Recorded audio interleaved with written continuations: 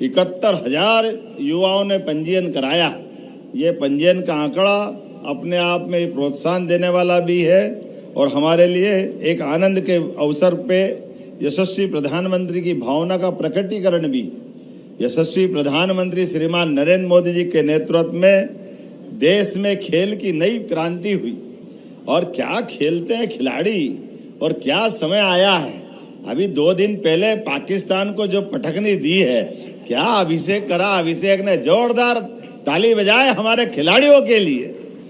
1 बार नहीं 2 बार नहीं, जितनी बार आओ सेना के सामने आओ तो सेना। अभी 2 दिन पहले पाकिस्तान को जो पटकनी दी है, क्या अभिषेक करा। अभिषेक ने जोरदार ताली बजाए हमारे खिलाड़ियों के लिए। 1 बार नहीं 2 बार नहीं, जितनी बार आओ सेना के सामने आओ तो सेना और खिलाड़ी के सामने हो तो खिलाड़ी। आपको पटक पटक के मारते और जहां अपने बल्ले बल्ले होती है वो आनंद ही अलग आ जाता है। आज के इस अवसर पर जब स्वदेशी की क्रांति अर्थव्यवस्था में बड़ा रोल अदा करेगी, ऐसे में खेलों की क्रांति फिट इंडिया की तरफ से बढ़ाएगी।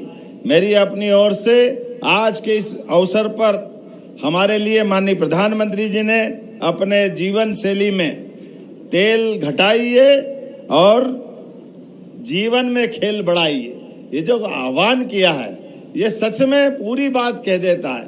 खाने के लिए हमारे लिए फैट या बाकी चीजें जो नुकसानदायक होती है उसका हिसाब भी हम रखें, लेकिन दूध जरूर पिए, घी पिए, मक्खन खाएं। अरे गोकुल वृंदावन के समय से और भगवान राम के काल से खाने पीने में तो हमारे यहाँ ये दूध और दही की नदियां बहाने वाला देश और प्रदेश। ऐसे में हमारे अपने जीवन में दूध, मक्खन, घी जो ले सकते हो और खूब खेलो, खूब पचाओ। मेरी अपनी ओर से आज के इस अवसर पर ये जो बातें जितनी सारी हमारे अपने अतीत की सनातन संस्कृति की और जीवन शैली की, खेलों का तो अपने यहाँ कितना महत्व है कि विवाह भी करना है तो खेल की प्रतियोगिता के माध्यम से स्वयंवर होता है।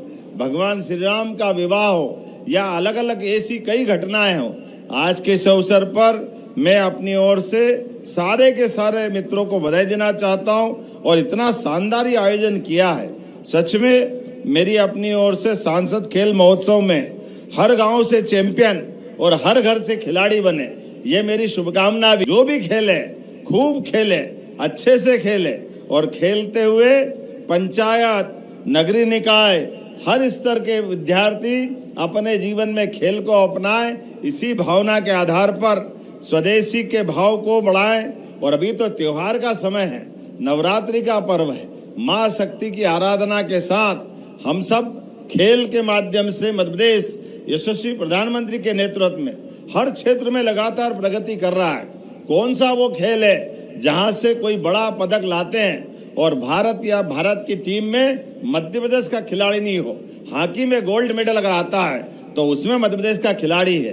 हॉकी के साथ साथ सभी इवेंट्स, एशियाड हो, ओलंपिक हो, कॉमनवेल्थ हो या राष्ट्रीय खेल महोत्सव हो, हर एक जगह हमारे अलग अलग क्षेत्र के सभी खिलाड़ी। लेकिन मैंने कहा कि हमारे बीच अगर भोपाल में इतना अच्छा आयोजन हो रहा है और ये हमारे सेवा पखवाड़े का हिस्सा बन रहा है तो जरूर आना चाहिए। और मलखंबे भी क्या उड़ी लगा रहे थे, एक सिंगल खंबे के ऊपर बच्चे।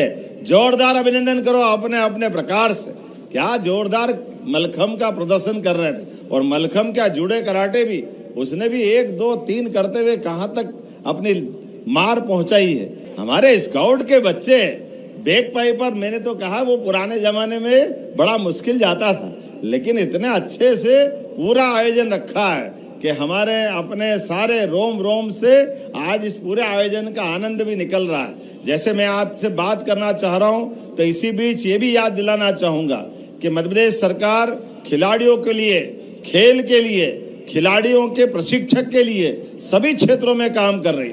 गया जमाना जब स्पोर्ट्स टीचर का प्रमोशन नहीं होता था, अब स्पोर्ट्स टीचर को भी सामान्य जिस प्रकार से बाकी लोगों को अपने विषयवार प्रमोशन मिलते हैं, असिस्टेंट प्रोफेसर, प्रोफेसर और कुलगुरु तक की संभावना उनके लिए रखी है। इसी प्रकार से खिलाड़ियों के लिए उनके जीवन में भी वो अच्छे से प्रतिस्पर्धा में भाग ले और सरकार पूरी उनकी चिंता कर रही है।